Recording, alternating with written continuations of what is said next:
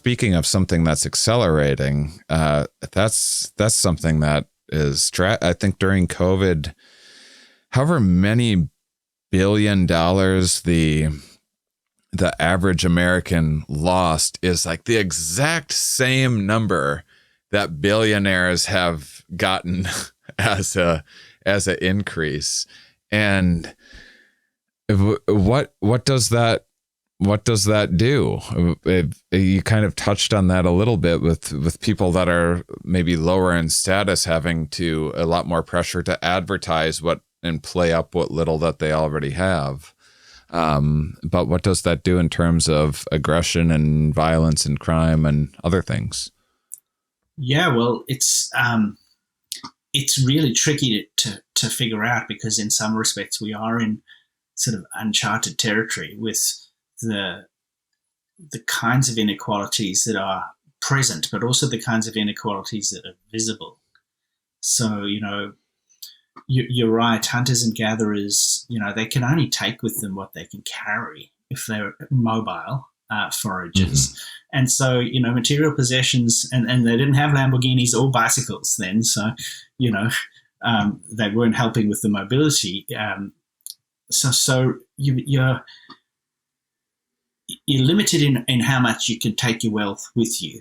And similarly, your cooperation is really important, because you're depending really directly on other people day to day to cooperate mm-hmm. with you. If you come home without food tonight, you really need your neighbors to share their food with you, no matter how high status you are. So there is a real ceiling on that. And then, people have this aversion to status. They don't want to see it run away. And part of our domesticating of ourselves, I think, is this persistent cutting down of tall poppies, or of despots who just want to take and not to give. And part of the issue with, from agriculture onwards, 10,000 years ago, when we first domesticated cereal grains and were able to accumulate wealth and hang on to it and defend it,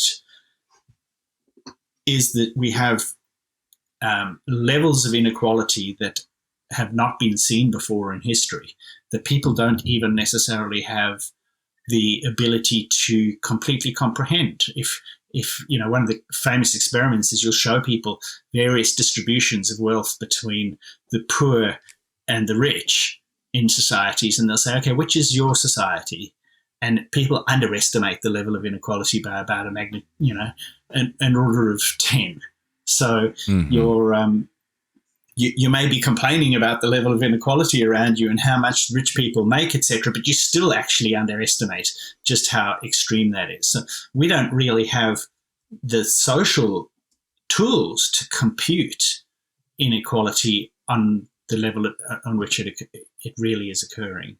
This just flashed into my mind. I'm not sure if you ever have seen this video. I think I saw it in, I don't know if it was his study, but Frans de Waal, I believe, was talking about it.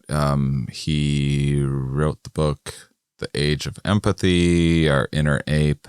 And there's this video of these two, I wish I could remember the species, because I don't think they were chimps, but there are these two monkeys in separate cages, and so they show this monkey is more than happy to do whatever trick the caretaker wants, or do whatever task for a little bit of cucumber.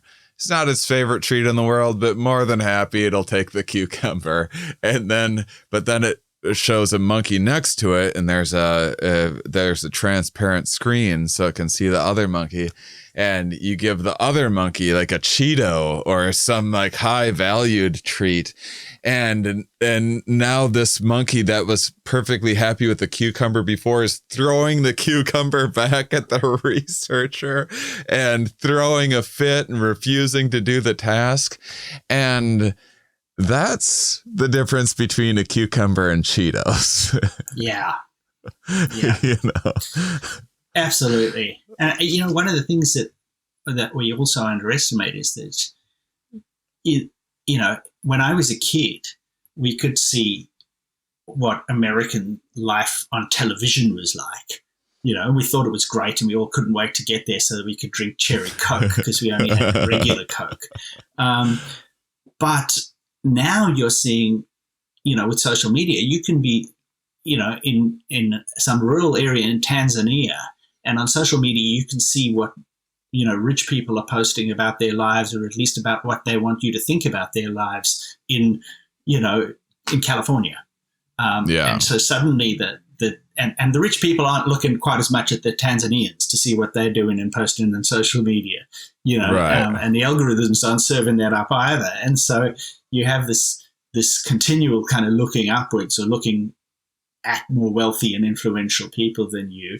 And instead of having these secondhand accounts of, how magical things are in the faraway kingdom, you can actually peer into the faraway kingdom and see it. And, this disaffectation that has to breed, politically as well as just economically, is just, I don't think we've come to grapple with that yet.